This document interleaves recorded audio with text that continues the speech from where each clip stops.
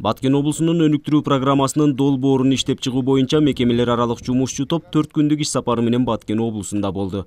Алар облустун бардык аймактарында жергиликтүү тургундар менен жолугушуп, көйгөйлүү маселелер менен таанышты.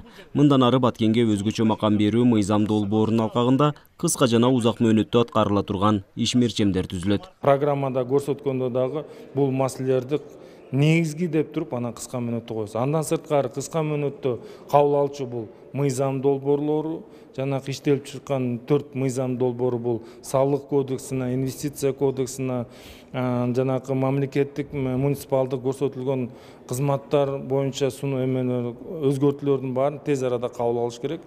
Сунуштарды эске алгандан кийин өзгөрүү жакшы болот да.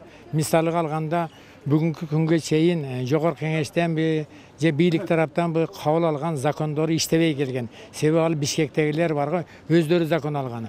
Ал эми бүгүнкү күндөгү азыр кабыл алынып аткан закондор иштеп кетет деген үмүтүбүз чоң. Себеби булар биз менен макулдашып туруп анан закон кабыл алып ататтар да. Кыска мөөнөттө аткарылчу жумуштарга апрель айынын аягында жүз берген каргашалуу окуядагы талкаланган турак жайларды, социалдык объектилерди калыбына келтирүү каралган. Жакынкы 15 күн аралыгында күйүп кеткен жеке үйлөрдүн пайдубалы толугу менен бүтөт.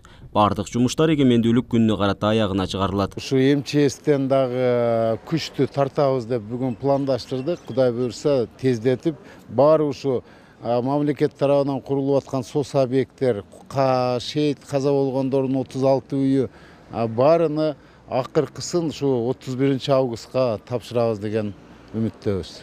Жумушчу топтун курамындагы министрликтердин өкүлдөрү облустагы көйгөйлөр менен жеринде таанышкан соң өз сунуштарын даярдашат.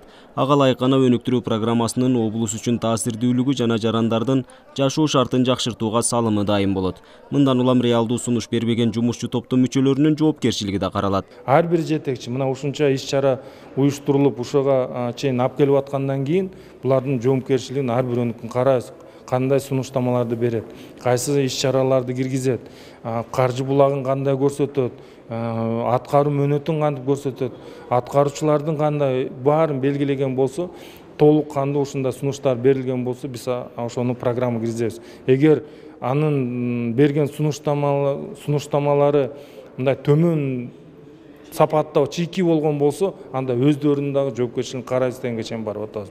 Эскерте кетсек, май айында президент Садыр Жапаров Баткен облусунун чек арадагы айылдарын калыбына келтирүү жана өнүктүрүү боюнча биринчи кезектеги чаралар жөнүндөгү жарлыкка кол койгон.